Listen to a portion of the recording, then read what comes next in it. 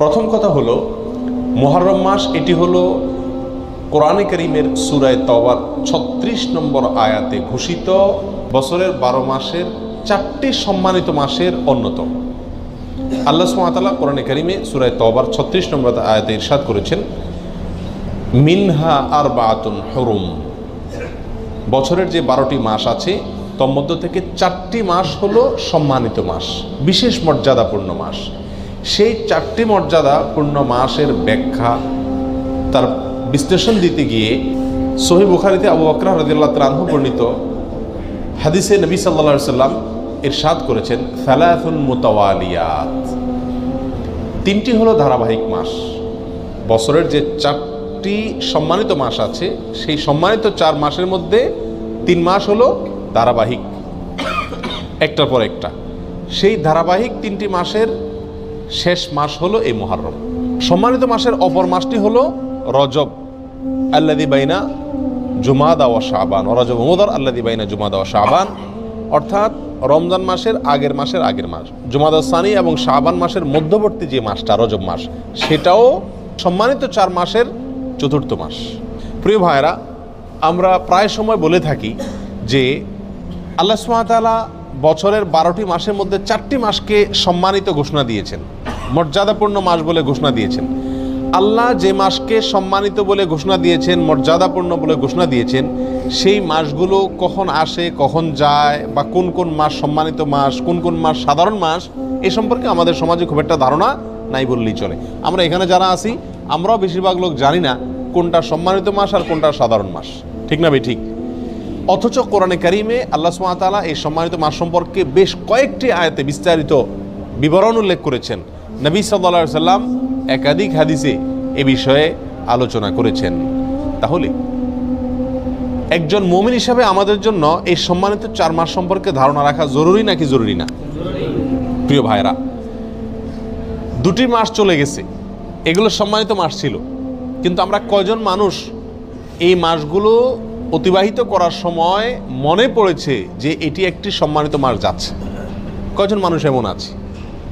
হাতে গুনে পাওয়া কঠিন হয়ে যাবে, ঠিক না বেটি? প্রিয় ভাইরা, অতএব যে মাসটি এখন চলছে মুহররম মাস, এই মাসটিতে অন্তত আমরা এই কথা বারবার চিন্তায় আনার চেষ্টা করি, মাথায় আনার চেষ্টা করি, মনে করার চেষ্টা করি যে যেই মাসটি শুরু হয়েছে 30 দিন পর্যন্ত এই মাসটি আল্লাহ সুবহানাহু ওয়া তাআলা 4টি মাসকে বিশেষ সম্মানিত মাস বলেছেন, তার ভিতরে অন্যতম সেরা সম্মানিত মাস এটি। মুহররম শব্দের অর্থই হলো সম্মানিত। মুহররম শব্দের অর্থ কি? সম্মানিত। অতএব মুহররম মাসটি এই 4টি সম্মানিত মাসের মধ্যে আবার সবচেয়ে বেশি সম্মানিত মাস, সবচেয়ে বেশি মর্যাদাপূর্ণ মাস। আমরা আরো সহজ করে বলতে চাইলে বলতে পারি, রমজানের পরে সবচেয়ে শ্রেষ্ঠ মাস হলো এই মুহররম মাস। প্রিয় ভাইরা, কিন্তু মুহররম মাস আসে যায়, কখন আসে কখন যায় আমাদের কোনো খোঁজ খবরও থাকে না, ঠিক কি না? একজন সম্মানিত মানুষ সামনে আসলে আমার চলাফেরার ভিতরে একটা পরিবর্তন হয় কি হয় না? আপনি হয়তো পাও মেলে বসে আছেন, আপনার শ্বশুর আসছেন, আপনার বাবা আসছেন, আপনার শিক্ষক আসছেন, মুরব্বী আসছেন, তো আপনি নড়ে চড়ে বসেন কিনা? সম্মানিত মাস আসছে, কিন্তু আমাদের ভিতরে কোনো নড়ে চড়ে বসা বসি নাই। আমরা আগে যেমন ছিলাম এই মাসেও তেমন আছি। এর মূল কারণ হলো আমরা জানিই না যে এটি একটি সম্মানিত মাস। এই মাসকে আল্লাহ তাআলা কি দিয়েছেন? সম্মান দিয়েছেন, মর্যাদা দিয়েছেন, ঠিক না ভাই? ঠিক। প্রিয় ভাইরা, অতএব যে মাসটি শুরু হয়েছে এই মাসটি সম্মানিত মাস, এই কথাটি আমাদেরকে মনে রাখতে হবে, বারবার মনে আনতে হবে। সম্মানিত মাসের করণীয় কি? সবচেয়ে বড় কথা হলো সম্মানিত মাসের সম্মান দেওয়া। সম্মানিত মাসের কি দেওয়া?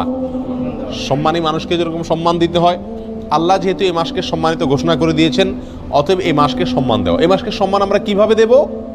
নেক কাজ, ভালো কাজ, না 5 ওয়াক্ত সালাত ইত্যাদি, এগুলোকে সময় মতো আদায় করব।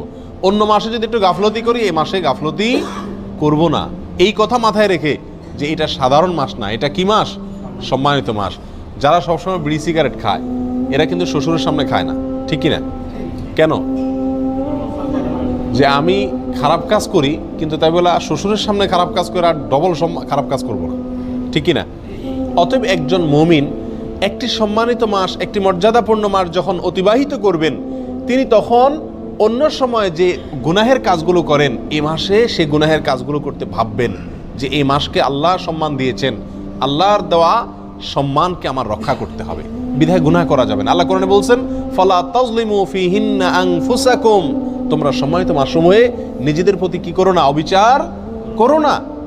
বিভিন্ন তাফসীরের কিতাবে উলামা ইকরাম লিখেছেন যে এখানে অবিচার করা বলতে আল্লাহ সুবহানাহু ওয়া তাআলা গুনাহের কথা বুঝিয়েছেন, অর্থাৎ এই সম্মানিত মাসসমূহে নিজের প্রতি নিজে অবিচার করো না, পাপাচার করে গুনাহের কাজ করে। অন্য সময়ও গুনাহ করা নিষেধ, কিন্তু সম্মানিত মাসে গুনাহ করার নিষেধাজ্ঞার মাত্রাটা আরো বেশি, গুরুত্বটা বেশি।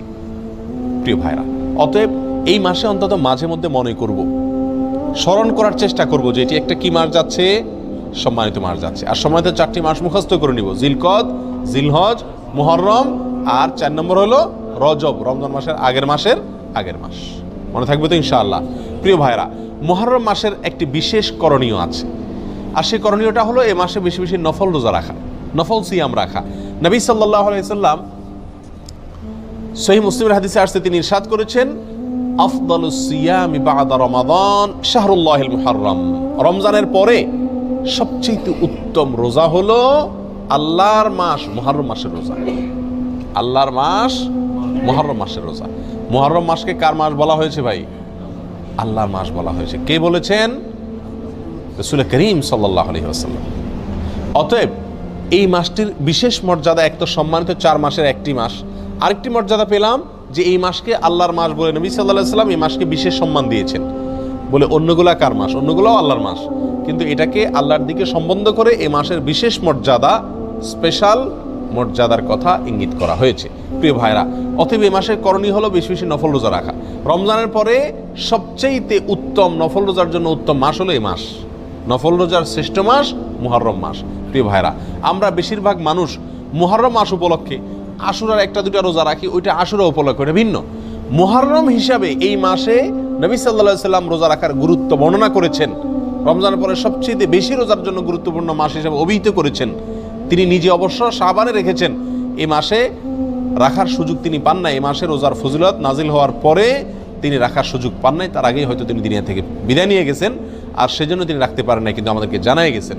প্রিয় ভাইরা, মুহররম তো প্রতিবারই আমাদের জীবনে একবার করে আসে, প্রতি বছরই একবার করে আসে। এই মুহররম উপলক্ষে যদি আমি 1-2টা রোজাও রাখতে না পারি, তাহলে আমি কি জবাব দেব রাসূলুল্লাহ সাল্লাল্লাহু আলাইহি ওয়াসাল্লামের কাছে? কথা বুঝে আসছে? এই মুহররম উপলক্ষে যদি 1টি রোজাও আমি না রাখি, তাহলে নবী সাল্লাল্লাহু আলাইহি ওয়াসাল্লাম যে মাসে রোজার এত গুরুত্ব বর্ণনা করছেন সেটাকে আমি কোনো কি করলাম না, কেয়ারই করলাম না, পাত্তাই দিলাম না, ঠিক না ভাই? ঠিক। এই জন্য ভাই, সুযোগ অনুযায়ী অন্তত 1-2টা রোজা হলেও রাখার চেষ্টা করি। নিজে যদি রাখতে না পারি, নিজের বন্ধুবান্ধব, পরিবার যারা রাখার মতো সুযোগ আছে, ডিউটির চাপ নাই, কষ্টের ডিউটি নাই, তাদেরকে অন্তত উৎসাহিত করি এবং নিজে মাথায় রাখি, নিয়ত রাখি, আল্লাহ যখনই তৌফিক দিবেন মুহররম মাস উপলক্ষে এই মাসে নফল রোজা রাখার গুরুত্ব রয়েছে, সেই জন্য অন্তত 1-2টা রোজা হলেও রাখার চেষ্টা করি। রাখবো তো ইনশাআল্লাহ? আল্লাহ তাআলা আমাদের সকলকে তৌফিক দান করেন। প্রিয় ভাইরা, এই হলো মুহররম মাস উপলক্ষে করণীয়। একমাত্র করণীয় হলো এই মাসে বেশি বেশি নফল রোজা রাখা, আর সম্মানিত মাস হিসেবে গুনাহের কাজ কম করা, নেকির কাজ ভালো করে বেশি করে করার চেষ্টা করা, যুদ্ধ বিগ্রহ না করা। এই মাসের একটা বিশেষ দিন আছে আশুরা, যেটা মুহররমের 10 তারিখে হয়ে থাকে। এই আশুরা উপলক্ষে আমাদের বেশ কিছু করণীয় আছে, আবার কিছু বর্জনীয় আছে। করণীয় কাজ কি সে বিষয়ে বলার আগে বলতে চাই, নবী করিম সাল্লাল্লাহু আলাইহি সাল্লাম মক্কা থেকে যখন মদিনায় হিজরত করে আসলেন, তিনি দেখলেন যে মদিনার মানুষেরা, ইহুদিরা, মদিনায় ইহুদিদের বসবাস ছিল, তাদেরকে তিনি দেখতে পেলেন যে তারা আশুরার দিন অর্থাৎ মুহররমের 10 তারিখে রোজা রাখে। তখন নবী করিম সাল্লাল্লাহু আলাইহি সাল্লাম তাদেরকে জিজ্ঞেস করলেন যে তোমরা এই দিনে রোজা রাখো কেন, রহস্য কি, কি কারণে রোজা রাখো? তখন ইহুদিরা নবী সাল্লাল্লাহু আলাইহি সাল্লামকে জবাব দিলেন যে এই দিনে আমরা রোজা এই জন্য রাখি যে এই দিনে আল্লাহ সুবহানাহু ওয়া তাআলা তার নবী, আমাদের নবী অর্থাৎ বনী ইসরাঈলের নবী, ইহুদিদের নবী মুসা আলাইহিস সালামকে এবং তার জাতি বনী ইসরাঈলকে আল্লাহ তাআলা মুক্তি দিয়েছেন।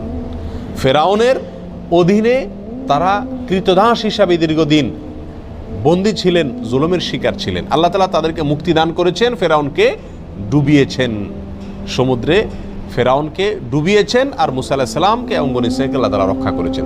তাহলে বনী ইসরাঈল জাতির প্রতি মুসা আলাইহিস সালামের প্রতি আল্লাহ তাআলা অনুগ্রহ নাজিল করেছেন, তাকে এবং তার জাতিকে স্বাধীনতা দিয়েছেন, মুক্তি দিয়েছেন। আর সেই জন্য আমরা তার উম্মত হিসাবে শুকরিয়া আদায় করে এই দিন রোজা রাখি।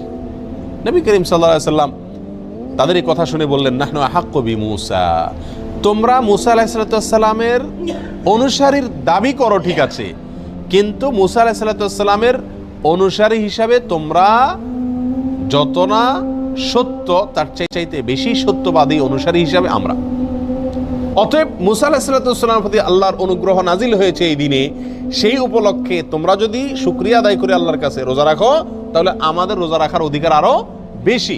এই নবী সাল্লাল্লাহু আলাইহি সাল্লাম তখন সাহাবা একরামকে বললেন যে তোমরাও কি করবে, আশুরার দিনে রোজা রাখবে, তবে ইহুদিদের সঙ্গে ব্যতিক্রম করবে। ইহুদিদের সঙ্গে কি করবে? ব্যতিক্রম করবে। আর ব্যতিক্রমটা হলো এই যে তারা একটি রোজা রাখে, আমরা দুইটা রাখবো। তারা রাখে শুধু আশুরার দিনে, আমরা রাখবো তার সাথে আরেকটা রোজা যোগ করে। এই আরেকটা রোজা যোগের ব্যাপারে কোনো বর্ণনা আসছে একটা আগে অথবা একটা পরে, অর্থাৎ 9, 10 অথবা 10, 11। আশুরা তো 10 তারিখের রোজা, তার সাথে একটা আগে অথবা পরে যে কোনো একদিনের একটা রোজা যোগ করে হয় 9, 10 আর না হয় 10, 11 রাখার জন্য বলা হয়েছে। যদিও সেই হাদিসকে উলামা ইকরামের কেউ কেউ সহিহ বলেছেন, কেউ কেউ যঈফ বলেছেন। তবে নবী করিম সাল্লাল্লাহু আলাইহি ওয়াসাল্লাম তার মৃত্যুর আগের বছর বা তিনি তার মৃত্যুর বছর বলেছিলেন যে আল্লাহ যদি আমাকে আগামী বছর হায়াতের বাঁচিয়ে রাখেন, আমি যদি বেঁচে থাকি, তাহলে লাসুমান্না তাসিআ ওয়াল আশিরা, তাহলে আমি আগামী বছর মুহররম আসলে, আশুরা আসলে 9 এবং 10 2 দিন রোজা রাখব। এই হাদিস থেকে বোঝা গেল নবী সাল্লাল্লাহু আলাইহি সাল্লামের আকাঙ্ক্ষা ছিল, তার নিয়ত ছিল, তার ইচ্ছা ছিল আশুরার সাথে আগের দিন রোজা মিলিয়ে রাখা, অর্থাৎ 9, 10, 11 না। এই জন্য উলামা ইকরাম বলেন সবচেয়ে উত্তম হলো আশুরা উপলক্ষে একজন মুমিনের জন্য 2টা রোজা রাখা। আর সেই 2টা রোজা হলো কোনটা? 9 এবং 10। কথা বুঝে আসছে? শুধু 10 তারিখের রোজা রাখা যাবে কিনা, যে 2টা রাখতে পারতেছে না সে কমপক্ষে একটা রাখতে পারবে কিনা, এ বিষয়ে উলামা ইকরাম অনেকে বলেছেন এটা অনুচিত হবে, মাকরুহ হবে। কেন? কারণ হলো ইহুদিদের সাথে মিল হয়ে যায়, নবী সাল্লাল্লাহু আলাইহি ওয়াসাল্লাম ইহুদিদের থেকে ব্যতিক্রম করতে বলেছেন, সেজন্য একটা রাখা উচিত নয়। আর অন্যান্য উলামা ইকরাম বলেন যে নাই মামার চাইতে কানা মামা ভালো, একেবারে 2টা যদি না রাখতে পারে কমপক্ষে একটা রাখলো। কথা বুঝে আসছে? তো যাই হোক, 2টা রাখা উত্তম, আর সেটা হলো 9 এবং 10। নবী সাল্লাল্লাহু আলাইহি সাল্লাম আশুরার রোজার ফজিলত তালাশের জন্য, এই রোজার ফজিলত অন্বেষণের জন্য যত চেষ্টা করতেন, রমজানের ফরজ রোজার পরে অন্য কোনো নফল রোজার ব্যাপারে, নফল রোজার ফজিলত আহরণ করার ব্যাপারে এত বেশি চেষ্টা তিনি করতেন না বলে হাদিসে প্রমাণিত।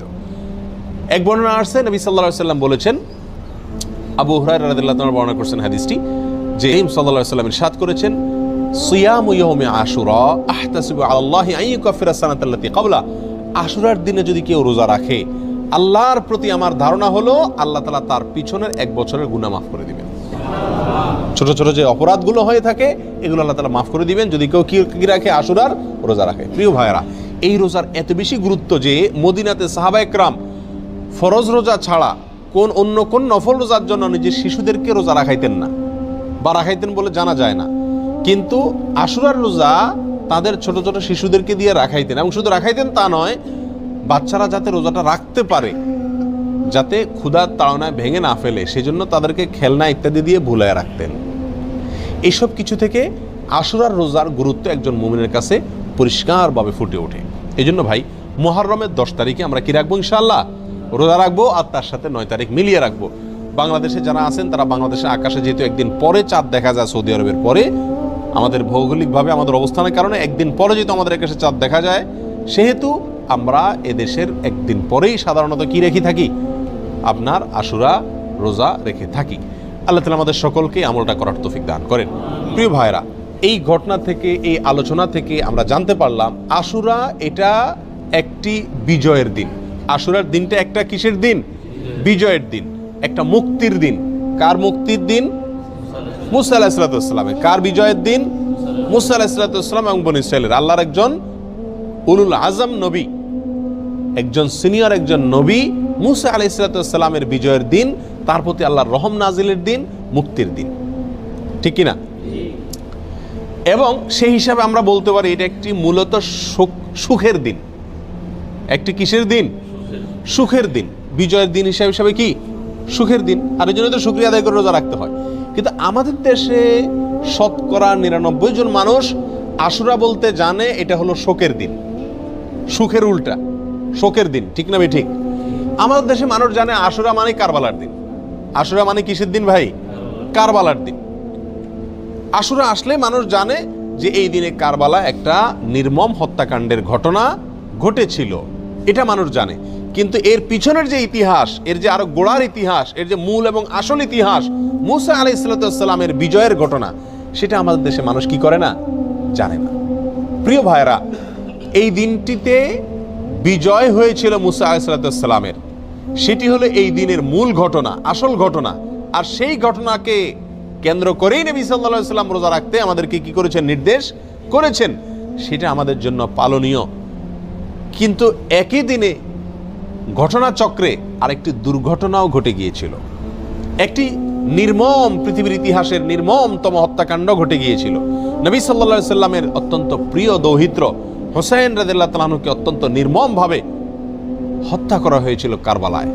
প্রিয় ভাইরা, এই কারণে আমাদের অনেক ভাইরা মনে করেন যে তাহলে এই দিনে আর সুখ পালন করা যাবে না, এই দিনে আর আল্লাহর প্রতি শুকরিয়া আদায় করে রোজা রাখা যাবে না, তাহলে কি করতে হবে, শোক পালন করতে হবে।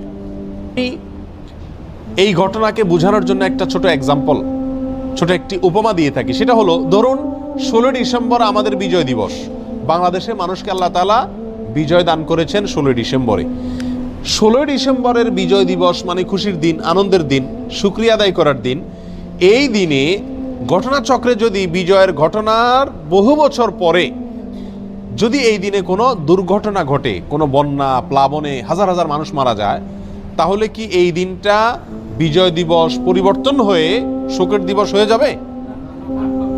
কখনো হবে? এটা সম্ভব কোনোদিন? বড়জোর এরকম হতে পারে, বিজয় দিবসের আলোচনা বা বিজয় দিবসটা আসলেই ওই দুর্ঘটনার পর থেকে যতবার বিজয় দিবস আসবে, বিজয় দিবসে আলোচনা আসবে, তখন মানুষের মনে পড়বে, মানুষ স্মরণ করবে, বলবে যে এটি আমাদের বিজয় দিবস, খুশির দিবস হলেও দুঃখজনকভাবে এই দিনে একটি বিচ্ছিন্ন দুর্ঘটনাও ঘটে গিয়েছিল, ঠিক না ভাই? ঠিক। কিন্তু এই দিনের আসল ঘটনা বিজয়কে ভুলে গিয়ে শোক পালন করা, এটা কোনোদিন হবে? যৌক্তিক হবে? হবে না। অতএব কারবালার যে ঘটনা ঘটেছিল সেটাও 10ই মুহররম ঘটেছিল, কিন্তু এই দিনে আসল যে ঘটনা ঘটেছে মুসা আলাইহিস সালামের বিজয়, সেটা কোনোদিন চাপা পড়ে যাওয়া এটা যুক্তিসঙ্গত নয়। বিধায় একজন মুমিন আশুরা আসলে সর্বপ্রথম তার মাথায় চলে যাবে কোন দিন? মুসা আলাইহিস সালামের বিজয়ের দিন। এরপরে পাশাপাশি একই দিনে যেহেতু আরেকটি নির্মম ঘটনা ঘটেছে সেটাও তার মনে আসতে পারে, এবং সে উপলক্ষে হোসেন রাদিয়াল্লাহু তাআলা আনহু সহ তার পরিবারের সদস্যরা যারা নির্মমভাবে নিহত হয়েছিলেন, হত্যা করা হয়েছিল, তাদের জন্য আল্লাহ সুবহানাহু ওয়া তাআলার কাছে দোয়া করতে পারেন। যারা হত্যায় জড়িত ছিল তাদেরকে আল্লাহ সুবহানাহু ওয়া তাআলা পৃথিবীর ইতিহাসের নিকৃষ্টতম সাজা যেন তাদেরকে দেন, সেজন্য আল্লাহর কাছে আরজি পেশ করতে পারেন। কিন্তু তাই বলে আপনি কি করতে পারেন না, তাজিয়া মিছিল, শোক মিছিল এগুলো বের করতে পারেন না। কারণ ইসলাম 3 দিনে বেশি কোনো মৃত্যুতে, কোনো দুর্ঘটনায় শোক পালন করার সুযোগ, অনুমতি দেয় নাই। অতএব রাজনৈতিক আপনার বিভিন্ন দলগুলো তাদের শোক পালন করে থাকে বছরকে বছর, যুগ যুগ ধরে, সেটা ভিন্ন বিষয়। কিন্তু ইসলামী শরীয়তে কোনো মানুষের মৃত্যুর পরে 3 দিনের বেশি শোক পালন করার কোনো সুযোগ, অনুমোদন নাই। প্রিয় ভাইরা, অতএব আশুরা উপলক্ষে প্রথম আমাদেরকে খেয়াল রাখতে হবে যে আমাদের ধারণাটাকে পরিবর্তন করতে হবে। এই দিনটি কারবালার দিন নয়, এই দিনটি হলো মুসা আলাইহিস সালামের বিজয়ের দিন, পাশাপাশি কারবালার ঘটনাও ঘটেছে। আল্লাহ তাআলা আমাদেরকে সঠিকটা বোঝার তৌফিক দান করেন। প্রিয় ভাইয়েরা, এখন আমরা এই দিনে কি আসলে যেহেতু 2টা ঘটনায় ঘটছে, কোনটাকে আমরা বড় করে দেখব? মুসা আলাইহিস সালামের বিজয়কে বড় করে দেখব, নাকি হোসেন রাদিয়াল্লাহু তাআলা আনহুর মৃত্যুকে, শাহাদাতকে, শোকের দিনটাকে, শোকটাকে বড় করে দেখব? কোনটাকে বড় করে দেখব? মুসা আলাইহিস সালামের বিজয়টাকে বড় করে দেখব। কেন? 2 কারণ। নাম্বার 1, মুসা আলাইহিস সালামের বিজয়ের খবর দিয়ে গেছেন মুহাম্মদ সাল্লাল্লাহু আলাইহি ওয়াসাল্লাম, এবং তিনি ওই বিজয় পালন করা, রোজা রাখার মাধ্যমে সেই বিজয় পালন করার জন্য আমাদেরকে শিক্ষা দিয়ে গেছেন, ঠিক না ভাই? ঠিক। শুকরিয়া আদায় করার জন্য রোজা রাখার আদর্শ তিনি রেখে গেছেন। তার আদর্শ পরিবর্তন হওয়ার কোনো সুযোগ আছে? আল্লাহ সুবহানাহু ওয়া তাআলা বলেছেন, আল ইয়াউমা আকমালতু লাকুম দীনাকুম ওয়া আতমামতু আলাইকুম নি'মাতি ওয়া রাদিতু লাকুমুল ইসলামা দীনা। তোমাদের প্রতি আজ আমি ইসলামকে পরিপূর্ণ, আমার নিয়ামতকে পরিপূর্ণ করে দিয়েছি। ইসলামের মধ্যে নবী সাল্লাল্লাহু আলাইহি সাল্লামের ইন্তেকালের পরে, তার মৃত্যুর পরে আর কোনো জিনিস যোগ হওয়া অথবা বিয়োগ হওয়ার কোনো সুযোগ নাই। অতএব নবী সাল্লাল্লাহু আলাইহি সাল্লামের মৃত্যুর বহু বছর পরে কারবালার ঘটনা ঘটেছে, বিধায় কারবালার ঘটনাকে কেন্দ্র করে কোনো কর্মসূচি যদি দিতে হয়, একই দিনে নবী সাল্লাল্লাহু আলাইহি সাল্লামের কর্মসূচি থাকে, দেওয়া কর্মসূচি থাকে, তাহলে কোনটা অগ্রাধিকার পাওয়ার কথা? নবী সাল্লাল্লাহু আলাইহি সাল্লামের দেওয়া কর্মসূচি, তার শেখানো বাতানো আমলের অগ্রাধিকার হওয়া যুক্তির দাবি, ঠিক না বেঠিক? প্রিয় ভাইয়েরা, অতএব এই দিনে আমাদের যে ভুল একটি কালচার আমাদের সমাজে প্রচলিত আছে, সেটা হলো এই দিন উপলক্ষে আমাদের সমাজে সবচেয়ে বড় ভুল, এই দিন উপলক্ষে সবচেয়ে বড় ভুল হলো যে এই দিনটাকে আমরা মনে করি কারবালার দিন। এই দিনটার আসল ইতিহাসটাকে আমরা জানি না। প্রিয় ভাইরা, এর পিছনে আমাদের মিডিয়ার বিশাল বড় ভূমিকা। আমাদের দেশে যে সমস্ত মিডিয়া আছে, সেটা প্রিন্ট মিডিয়া হোক আর ইলেকট্রনিক মিডিয়া হোক, এই সব মিডিয়াগুলো সব সময় দেখবেন সুন্নাহকে কখনো এরা প্রচার করে না, সবসময় বেদাতকে ফলাও করে এবং প্রচার করে, সুন্নাহকে দমিয়ে রাখার চেষ্টা করে মিডিয়াগুলো।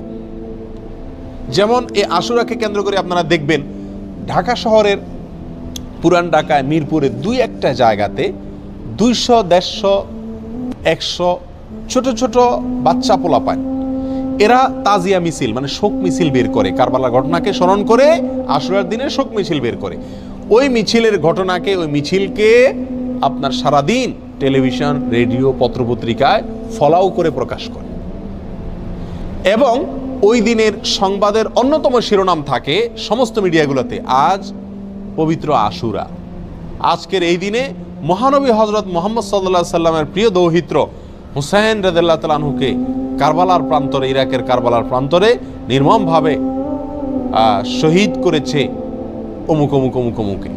এখানে বলতে বলতে কোনো কোনো মিডিয়াতে, বিশেষ করে রেডিও চ্যানেলগুলোতে বিশিষ্ট সাহাবী, কোরআনের লেখক, ওহির লেখক মুআবিয়া রাদিয়াল্লাহু তাআলা আনহুকে অকথ্য ভাষায় গালিগালাজ করা হয়। কথা বুঝে আসছে?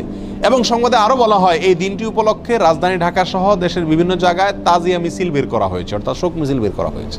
প্রিয় ভাইরা, 150-200 লোকের 2-3টা মিছিল, এটা সারাদিন সংবাদে বলে। একই দিনে মহানবী হযরত মুহাম্মদ সাল্লাল্লাহু আলাইহি সাল্লামের সুন্নাহকে পালন করতে গিয়ে, নির্দেশকে পালন করতে গিয়ে সারা দেশে লক্ষ লক্ষ মানুষ নফল রোজা রেখেছেন, সেই কথা কিন্তু কোনো মিডিয়া কি করে না, বলে না। যার কারণে মানুষ ওই ভুলটা জানে, সঠিকটা জানে না, বেদাত জানে, সুন্নাহ জানে না, একটা জানে আরেকটা জানে না, ঠিক না ঠিক? প্রিয় ভাইরা, অতএব আমাদেরকে সঠিকটার প্রচার করতে হবে। এই জাতীয় বিষয়গুলোকে বেশি বেশি কি করতে হবে? প্রচার করতে হবে। আজ মিডিয়াতে যদি এই দিনের মূল ঘটনা যেটি হাদিসে বর্ণিত হয়েছে সেটি যদি আসতো, পাশাপাশি কারবালা ঘটনাও আসতো, তাহলে সেটা কি ছিল না? দোষণীয় ছিল না। আল্লাহ তাআলা আমাদের সকলকে আশুরা উপলক্ষে যে সমস্ত ভুল ধারণা আছে, ভ্রান্ত ধারণা আছে, সেগুলোকে সংশোধন করবার তৌফিক দান করুন। আল্লাহ তাআলা আমাদের সকলকে আশুরা উপলক্ষে একমাত্র আমল হলো নফল রোজা রাখা। আর আমাদের তাজিয়া মিছিল যারা করে, তারা চাঁদা টাদা উঠায় ওই দিন ভালো করে আরো খিচুড়ি খায়।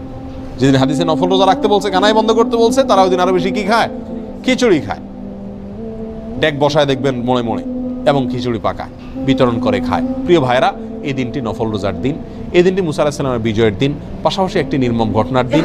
কোনো মুমিনের জন্য এটা কষ্টের কারণ না হয়ে থাকতে পারে না। নবী সাল্লাল্লাহু আলাইহি সাল্লামের প্রিয় নাতিকে নির্মমভাবে হত্যা করা হয়েছে সপরিবারে, এই ঘটনায় ব্যথিত না হয়ে কোনো মুমিন থাকতে পারে না। অতএব আমরা সকলেই ব্যথিত। আমরা আল্লাহর কাছে বিচার চাই হত্যাকারীদের, আল্লাহর কাছে মর্যাদা চাই নিহতদের। কিন্তু তাই বলে নবী সাল্লাল্লাহু আলাইহি সাল্লামের বাতানো আমল, আদর্শ, সুন্নাহ সেটা চাপা পড়ে যাবে, ভুলে যাব আমরা। এর চাইতে জুলুমের কথা, এর চাইতে অবিচারের কথা আর কিছুই হতে পারে না। আল্লাহ তাআলা আমাদের সকলকে মুহররম মাসের তাৎপর্য, করণীয়, আশুরার তাৎপর্য, করণীয় ভুল ধারণাগুলোকে সংশোধন করবার এবং বর্জনীয় কাজগুলোকে ছাড়বার তৌফিক আল্লাহ তাআলা দান করুন।